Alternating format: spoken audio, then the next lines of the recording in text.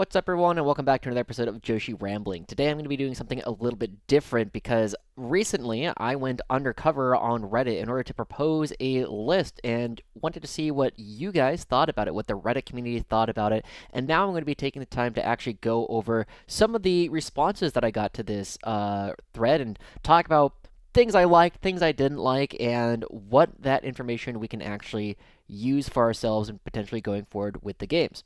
So, if let's go ahead and take a look at the list I actually proposed. So this is exactly the list that I actually took to Charity Cup a couple of weeks ago, and you can go ahead and find that in my YouTube history. It's pretty recent.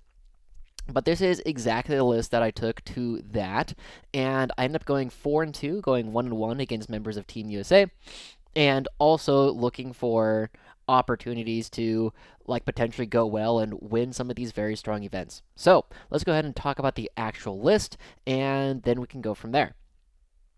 So to start off with, I did have. Oh, this didn't fit very well. What happens if I do this? Whoa. Okay, that fits a little bit better. Um. So for this, I had Ursula Creed, a Cadian Command Squad, and a unit of 20 Cadian Shock Troops with Melt the Plasma. I had a Cadian Command Squad with an Ogre Bodyguard with a Brute Shield and a Bulgarian Maul, and I just realized that I spelled it wrong. I had a Rogel Doran Commander with the Grand Strategist and all the good weapons. The only real choice that you have on this is whether or not you want to take the extra stubbers, or if you want to take 2 Melt the Guns. I personally prefer the extra stubbers, but realistically, they're both pretty good. I had 2 sets of Toroks with Katachan.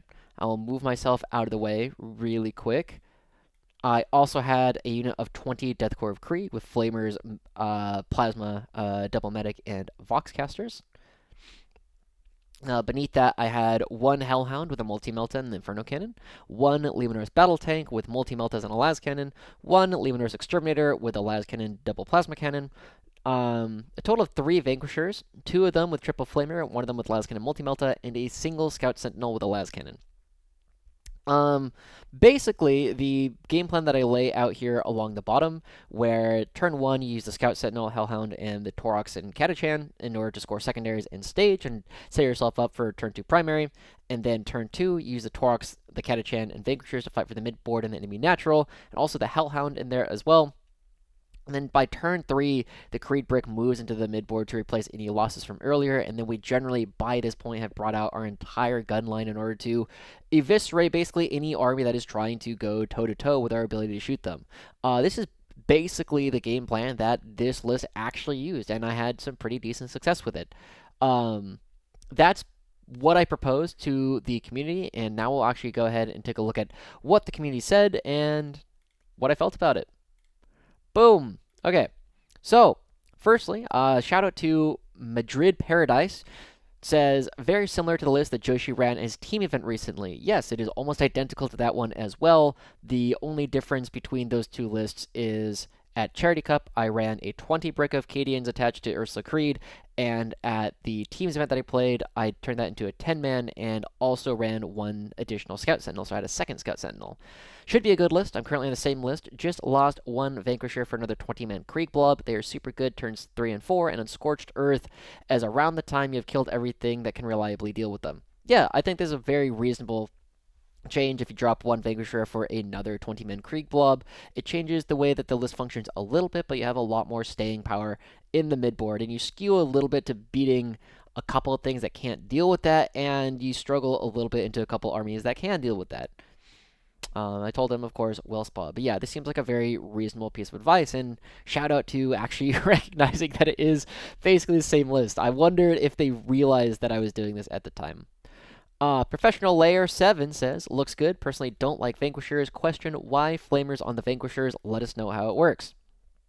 And this thread comes in basically same thing. Adon03 comes in and says, 2+ save 13 wound hull for 145 is just incredibly efficient, and it's very in vogue in the competitive scene right now to use Vanquishers as midboard space grabbers that force your opponent to come out and play. And yeah, this is pretty much exactly what the general game plan is. The one big thing that they go on to say, Professional Layer says, I'd rather take out one battle line unit at 65 points and upgrade two Vanquishers to Demolishers that deal just so much more damage. And this is one of the big things that I don't really like. I'm really not sold on Demolishers right now. I do not think the damage output for Demolishers is great. And the other big reason why I don't like Demolishers right now is because I built this list with the intention of being very strong into more DACA. The entire point being that I was going to take a bunch of cheaper, like toughness 10, toughness 11, 2 plus holes, like Hellhounds and the Vanquishers, and I was going to force tank bustas with shock attack guns to shoot at these targets. And by taking the Vanquisher from a cheap tank to a more expensive tank, spending an extra 45 points on it, that actually takes up a big part of my army that I am now not going to be able to shoot back. I'm bringing out the Vanquishers with the intention that they die, actually. I'm not really expecting that my opponent is going to be able to kill all of the Vanquishers and then all of the next round of tanks I'm going to be bringing out at the same time. And so I think that's one of the big disconnects that I have here with Professional Layer. It creates a different way of playing, and it Demolishers I actually really don't like as frontline tanks because one, they're just expensive. They don't do as much damage as we want them to, and if you can kill a Demolisher, you can kill a Vanquisher. So if you're going to put something on the front line, you want it to not die, and Vanquishers are the things that we are most okay with them dying if they actually come out onto the main board. All right. Unknown Legionnaire says, curious on this Vanquisher jank, how do they work? And I responded, cheap tank, good. Tank your Hellhounds, that's some spicy jank. Yeah, that's basically it. We have a little bit more of a similar conversation on how the Vanquishers work, right? The main reason why I put the Vanquishers in the list in the first place is, as I said, I was building this with the expectation that more DACA at its height was going to be played at this event. But the other major reason why two of them have triple flamers is because they're really good. They're pretty decent into orcs. They're okay into space marines, and they're also really good into Inari. They're really good into Eldar in general. So anything that is going to be going into them, you're just going to run into all the flamers. The big reason why this is super valuable. So the reason why they're valuable into more DACA is you have to put a lot of actual firepower into these Leman Russes in order to kill them. But the reason why you also bring them is because they don't require orders at all.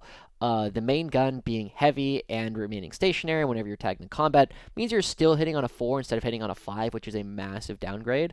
And the Flamers don't need orders. They don't have a ballistic skill. You just shoot them and they will hit. So it's a tank that does not present any issues for my order economy on most turns, and also they're just going to be in the middle of the board, which creates a lot of pressure and a lot of Overwatch threat for a lot of different armies.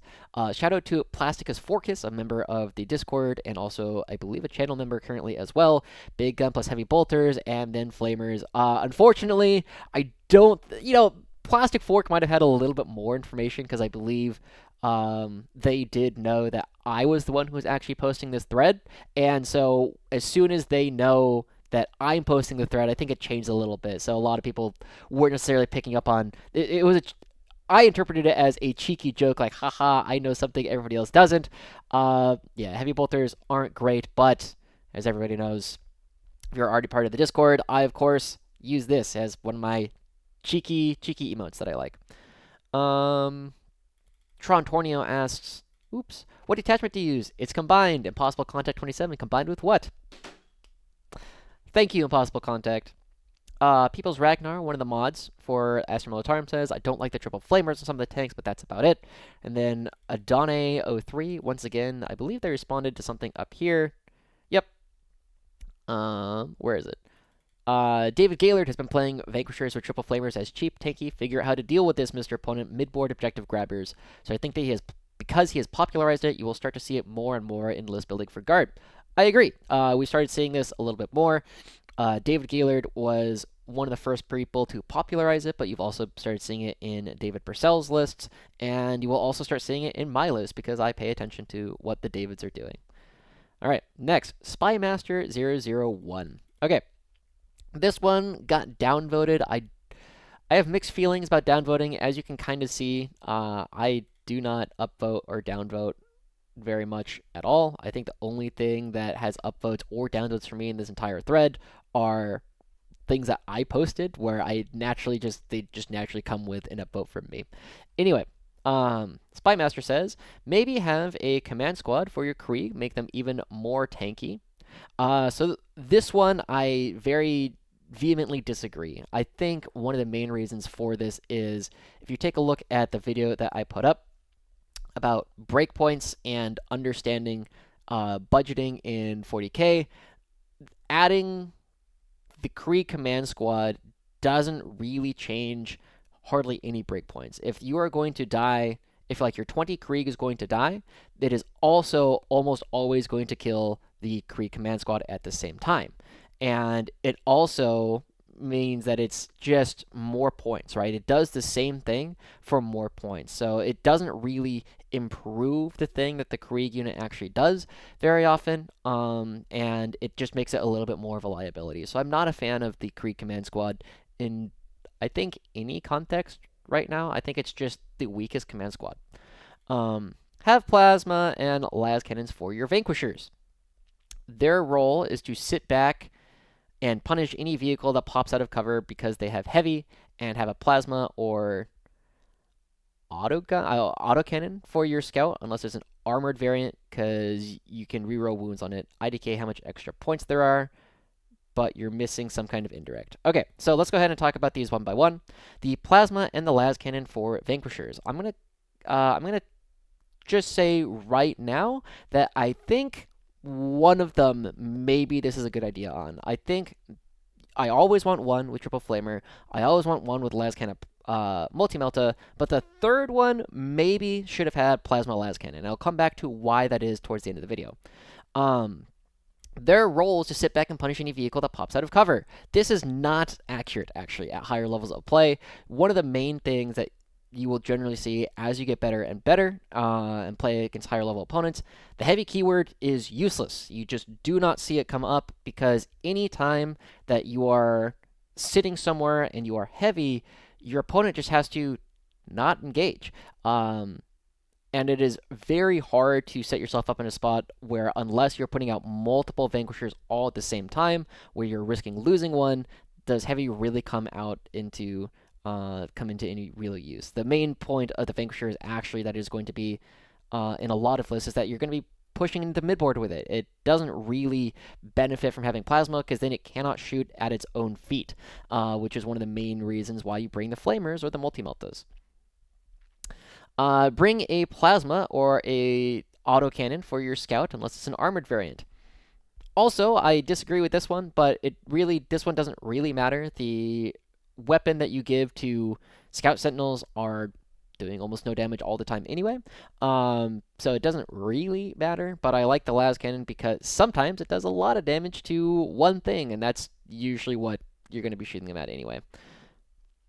I don't know how much extra points there are, but you're missing some kind of indirect. I will also push back on this one. Indirect, I think right now is just not good. Or at least not... You don't bring it to it's like not a checkbox that you have in guard right now where like I need a little bit of indirect. It doesn't do a whole lot. I think there are good arguments for it. If you want to check out the video in the interview I did with Zach Como, where he talked about how he was using his Catachan or his Catachan heavy weapon squad with mortars. They're okay. They do a lot of the things that you would want of Catachan or, of engineers to do, where you just move out. There's still a decent amount of OC. They still move 6. They still have Scout 6. They are still okay there, but if you are just bringing indirect for the sake of bringing indirect, you should probably be rethinking that because it doesn't do, you don't need to do that. Mortars are for harassing the home objective. Basilisks are for frontline movement nerf as well as killing. No, they're not. They do not kill. And RD team is great for battle test. Field ordnance is okay for harassing units. These are okay. But the big thing is right now they are just really expensive for what they do, especially in combined arms. I would question why any kind of indirect is in combined arms right now, unless you have or yeah, I would legitimately ask the questions like, why is it in any combined arms list? Um, there are arguments that I will believe from a couple of people, but you have to be playing like very specific styles and have specific reasons for bringing them. You don't bring them just because they're good, because they're not good at the moment. Do not leave your tank in reserve. It is best used as a hammer while your infantry are used as the anvil, aka your tanks do the damage while the infantry stall and die for time and points. Like have your infantry in the movement phase move up into an orc squad but not charge, as it would waste their turn to kill that unit instead of going for something important like a tank. So, the second part of this, I agree. I do that fairly often. If you're going to stand an inch away from a some kind of melee unit and make sure it cannot charge things, that is true. However, one of the big things I'm going to go. Oh crap! Where'd it go? Here it is. Um, one of the major reasons why I put the Lemur's battle tank in reserve in most games is because I run out of deployment space. This is an army that takes up a lot of board space when you're actually deploying it, and you cannot. You either have to accept one of two things. One, if you want everything to be safe, some of it's going to not be able to shoot oftentimes until turn 3 anyway. Uh, so you're just like really far back into your deployment zone, which is not great.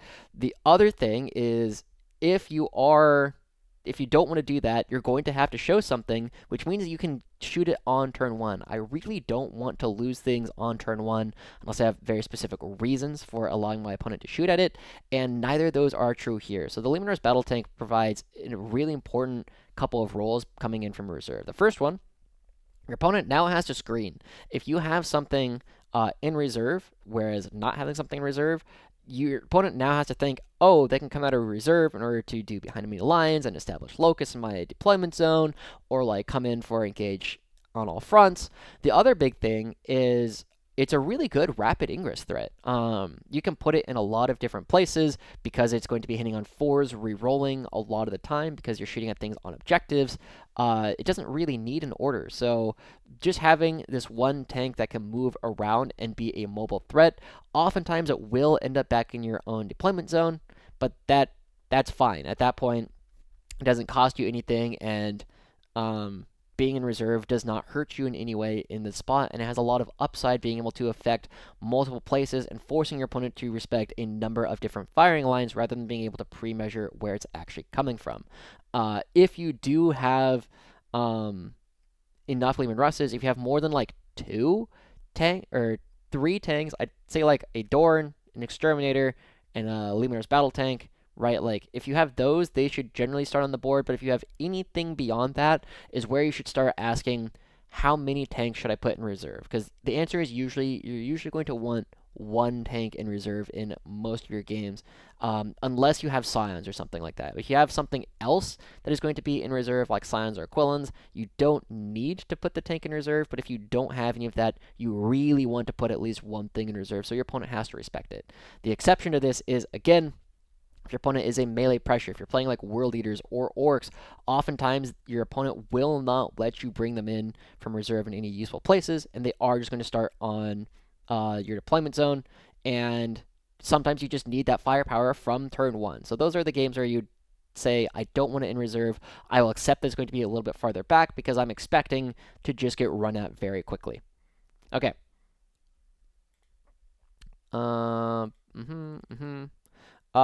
This one, I don't remember exactly what this was, but they were saying something like it looked like a good hammer list, and then I was like, it's combined. Yeah. Oh, they were also saying that the Vanquishers were too expensive, which is kind of the opposite point of why I'm bringing them. It's because they're cheap, but it is what it is.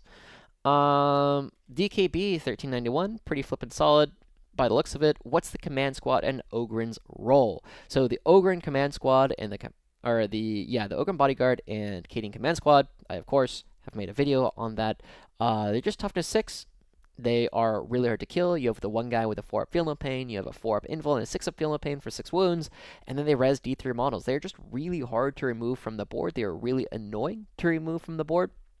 One of the things that someone showed me recently is, on average, Mortarion does not kill this unit. In fact, Mortarion doesn't kill most of this unit. You kill like 3 models out of this unit a lot of the time.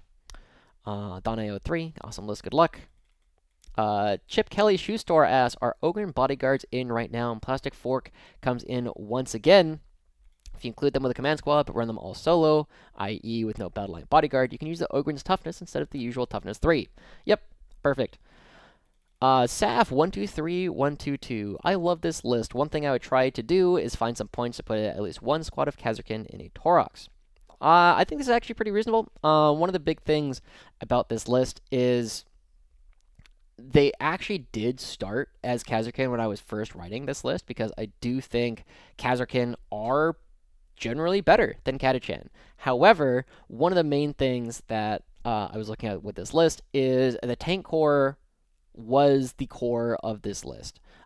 This was where a lot of the damage came from. This is where a lot of the primary mission play was coming from. And so it was more important to me that I included all of the vehicles in this archetype than turning the Catachan into Kazarkin. And there are very clearly very effective lists, very strong lists that you can play with Kazarkin instead of Catachan. But if you're going to do that, you're generally going to just cut like half the tanks in here right away and just put more midboard in. So I don't. I think it's a reasonable thought. However, the main thing that I would say about it is, if you want to do that, you are changing the archetype of the list that you are building entirely. So, if you want to do that, you don't do it in this list. You're trying to keep everything that's not the tanks basically as cheap as possible and as efficient as possible. Talking more about that. Cool. Humanity. Ugh. Humanity 999. I've got no stick in this game. Don't even have a 1,000 point army yet. The good chunk of the responses you've gotten have already given good advice. I'll never have a competitive guard army anyway. Oops, all tanks will be my thing once I get there, and I do mean oops, all tanks. Good luck. Yeah, you can do pretty fun lists. Like, I think all tanks is going to be hard to play, but like almost all tanks, like 1,800 points of tanks is probably pretty reasonable. Alright, Stony58. I'm quite new, so I could be wrong, but aren't plasmas just better las cannons? No, they do different things. From stats alone, it just seems to me that you would take a plasma every time, anytime you could. So, I have a bit more coming out about this in the next couple of days, where I talk about combined arms as a detachment. Plasmas and las cannons don't really do the same thing. Plasma is really focused on killing marine bodies mostly, so anything that is toughness 4 with 2 wounds. So this is going to be, your marines, it's decent at going after orcs, it's decent at going after like Votan Hearthkin warriors, but it's really just, it's meant to go after like your basic infantry models in the game. Whereas las cannons with only one shot are meant to go after vehicles. From stats alone, it seems to me that you would take a plasma every time, anytime you could. So the other big thing is, the main reason why you take Meltas as your default sponson instead of plasma is because we're trying to make the best usage of the lethal hits that we can. And when we're shooting at single entities, so these are going to be vehicles and monsters, when we're shooting at single big things, Meltas will do a lot more damage on average than plasma cannons do, which generally rely on blast. The other big thing is, on the Lehman Russ, you only have 3 options. So the one in like the chest, you get a las cannon, a heavy bolter, and a heavy flamer. You never take the heavy bolter. The heavy flamer you only take if you've already got 2 other flamers at the same time, and that leaves us with just the las cannon, which is the best of the 3 options. Alright, next. Doc What 123. Triple Vank is the way, I think, but what about all las cannon multi-melta? So kind of going back to the previous discussion. So one of the main things about this is you'll notice that I don't actually have that many orders for my vehicles. I have a Rogel Dorn Commander, which comes with 2 orders base, and it has the Grand Strategist, so it has 3 orders. That means I have 1, 2, 3, 4, 5, 6, 7, 8, 9, 10 vehicles that it could potentially order, and realistically, I can't order most of them. So one of the main draws of this list is trying to reduce the number of orders that I need to function. Toraxes will sometimes like move, move, move. I would sometimes give them move, move, move if I really needed to. The Hellhound sometimes likes move, move, move. Don't really need it most of the time. The Vanquishers with Flamers don't need orders. Sometimes you like the main gun to be ballistic skill 3, but it's a bonus. It's not really needed for the tank to do its job. So the only things that I really need are the Rogaldorn wants to order itself, it wants to order the Exterminator, and it wants to order the Vanquisher with multi-meltas. And then if the, what do you call it? If the Lehman Ross battle tank is nearby, it'll also want to order that. However, I'm trying to make sure that I do not need to order things. And if I take the Vanquishers, like especially the 2 triple flamer ones, and turn them and give them plasma, I now need to find more points, or I need to commit more CP to making sure that these tanks can shoot effectively. And so I'm trying to avoid doing that. That's part of why they have the triple flamer. We'll come back to why plasma cannons might have been useful in the 3rd Vanquisher in a moment. But that's the main reason why they weren't all las cannon multi-melta. Mogs, aren't you limited to only 3 Vanquishers in a list of 2K? I am, and I did.